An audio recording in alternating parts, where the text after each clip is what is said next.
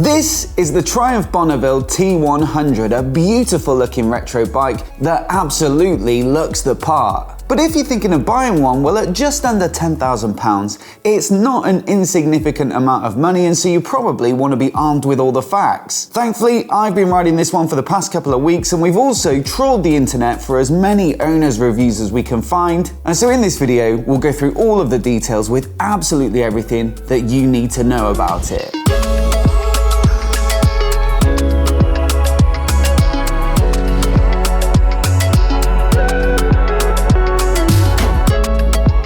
Now, it's worth pointing out there are a fair few different iterations of the T100, but in this video we're going to be talking about the more recent liquid-cooled bikes that were launched back in 2017. This one, of course, is a 2024 model, so it gets all of the updates they announced in 2021, including a revised finish, so you'll notice it's a little bit more blacked out and stealthy, whereas the first gen was more chrome and polish. And they also changed some practical stuff as well, so the fork is upgraded with a new cartridge fork, they gave it a Brembo branded 2-pot front brake caliper, and also managed to find 4 kilograms of weight savings. Then with the engine, it makes a little bit more power. They added 10 PS by allowing it to rev up a little bit higher, so it makes 65 PS peak. That's about 64 horsepower, whilst maintaining that really healthy peak torque figure of 80 Newton meters. So look, it always comes down to budget, especially if you're buying used, but if you can afford it, naturally, the more recent models do have a bit more performance. That said, I wouldn't say peak power is necessarily the main focus of this particular engine. It's the 900 version of the Bonneville parallel twin, so some of the other bikes get a bigger 1200 version. And also there are a couple of different tunes. So one's called the high torque, you'll see the HT next to the 900 on the badge there, whereas some of the 1200 models get the high power variant, which is built for a bit more revvy top end. So yeah, being the smaller of the two engines with the high torque tune, this one's really focused on usable low-end grunt, and it is worth pointing out that that 80 Newton meters peak torque figure does occur really low in the revs, and it's a really consistent delivery across the rev range. So if you want a bike that pulls well for city riding especially, I think it's really good there. And also sort of back roads and, you know, those nice Sunday rides, then this one absolutely delivers, and it really is nice and smooth as well. So it's a thoroughly pleasant engine to ride.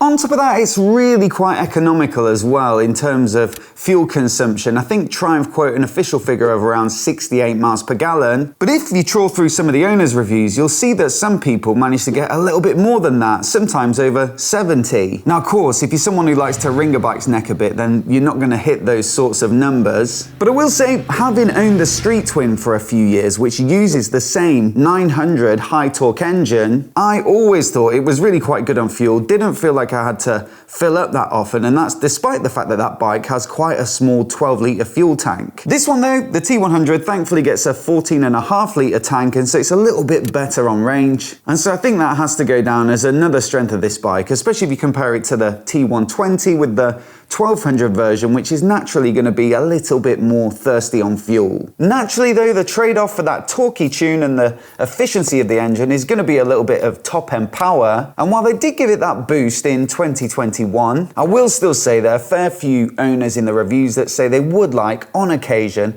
a little bit more power. Equally, there are plenty of reviews that say it's enough for most real-world riding, but I will say in my experience, it does run out of puff a little bit at higher speeds, so if you're doing a lot of motorway work, or maybe even a little bit of light touring, then potentially, if you like this style of bike, the T120 is going to be the better choice with that extra pulling power. I should also say as well, this 900 variant gets a 5-speed gearbox, whereas the T120 and the other 1200s get a 6-speed, and so it just feels a little more settled and comfortable at 70 miles an hour. The other thing to consider though between those two bikes, and I think that is probably one of the more difficult parts of the buying decision when it comes to a T100, is the fact that this one comes in a bit lighter. Like I say, they dropped a bit of weight in 2021 by 4 kilograms, so it now comes in at 228 curb, and that is 8 kilograms less than the T120. And so if you're someone who wants the slightly easier bike to manage, then of course this one is it. Now, of course, largely the lighter the bike, the better in terms of handling as well. And I will say, while this is a fairly traditional bike with an oversized front wheel, you know, a steel cradle frame, twin shocks, a very old school aesthetic, I still find it really quite fun to ride and like a decent handling bike. No doubt the cartridge fork upgrade helped, and also those Brembo brakes are much appreciated. I do remember the previous iterations being a little bit underpowered when it came to stopping. And so look, while this isn't a bike that's really going to enjoy being thrashed and really pushed into corners like a modern naked bike can be, well, if you're more so someone who likes to ride smoothly but still fairly briskly, then I think the handling is still plenty good enough to have quite a bit of fun. What I really do like about riding this bike though is the comfort levels. It's got a very natural riding position for someone of my size at 175 centimeters or 5'9". And I would imagine even if you're a little bit taller than that, it's still going to be fairly roomy. The seat height comes in at 790mm, which is a nice balance of manageable but not too low. And the bar position sweeps up a little bit so you're nice and upright with your back angle. Then you've got plenty of room down to the pegs because of course they're not really particularly sporty,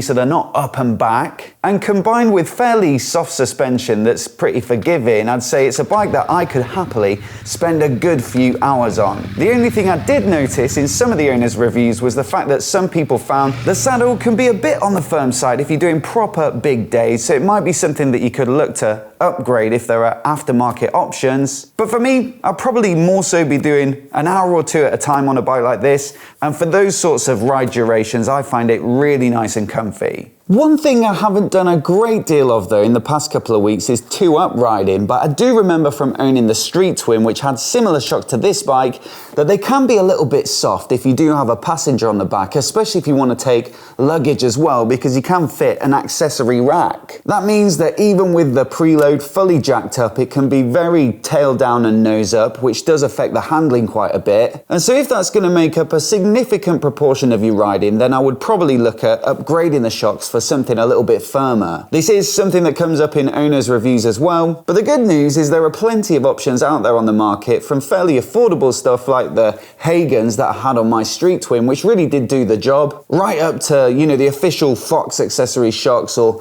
Öhlins and stuff like that. As for sort of tech and gadgets, well, naturally this bike is quite simple. It's got a pair of analog clocks here in the cockpit with an LCD insert set into the face of each, and through that you can switch on and off your traction control. There's ABS on board as well, which I don't believe is switchable, and that's pretty much it. But I will say, I think a simple bike perfectly suits the sort of looks and the way the bike rides, and I think for a lot of people looking for a bike like this, it's probably a plus. Now with all of the Bonnevilles, there's a really healthy amount of accessories on offer, so you can really customize them quite a bit in terms of the looks and functionality just with official accessories. And one that comes up very frequently as a must fit in the owner's reviews is the center stand. It comes in at 225 quid, so it really is quite pricey. And I think some owners do wish it came fitted as standard, but it is a bit of a must fit in terms of chain maintenance and cleaning, because you don't really have anywhere that you can mount a paddock stand as another option. So yeah, probably worth allowing a little bit of extra budget for that one. And I should also point out, I mean, there's not really a good solution to this, but it is a little bit tricky on this bike to make changes to the chain tension by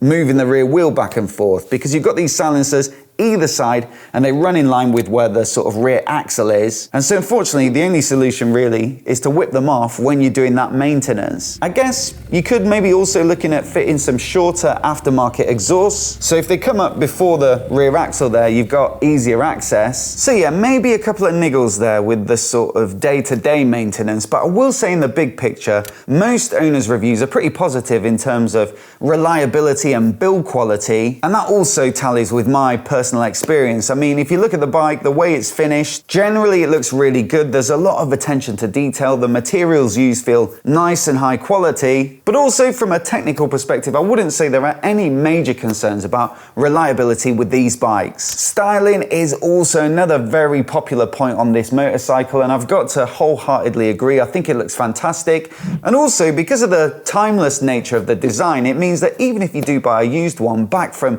2017, realistically it's still going to look pretty good now. They have done a couple of special editions, like this is the Stealth Edition paint job that fades from black to blue on the tank. Previous to that, they've done gold lines and chrome editions, and in 2025 they'll do the icon edition, so there is a little bit of like novelty to some of the finishes, but I think largely if you go for one of the more simple or timeless paint jobs, to anyone but the really serious Bonneville enthusiast, it's probably going to look like a good as new bike as long as you look after it. So that rounds off our guide to the beautiful T100, but as always I'd love to know what you think of it down in the comments below. Also, if you fancy one of the other models, I'll leave our full guide to the Bonneville lineup on the screen now, so you can give that a click and give it a watch. And I'd thoroughly recommend hitting subscribe if you want to see more videos like this as soon as they go live. A massive thanks for watching today, and we'll see you in the next video.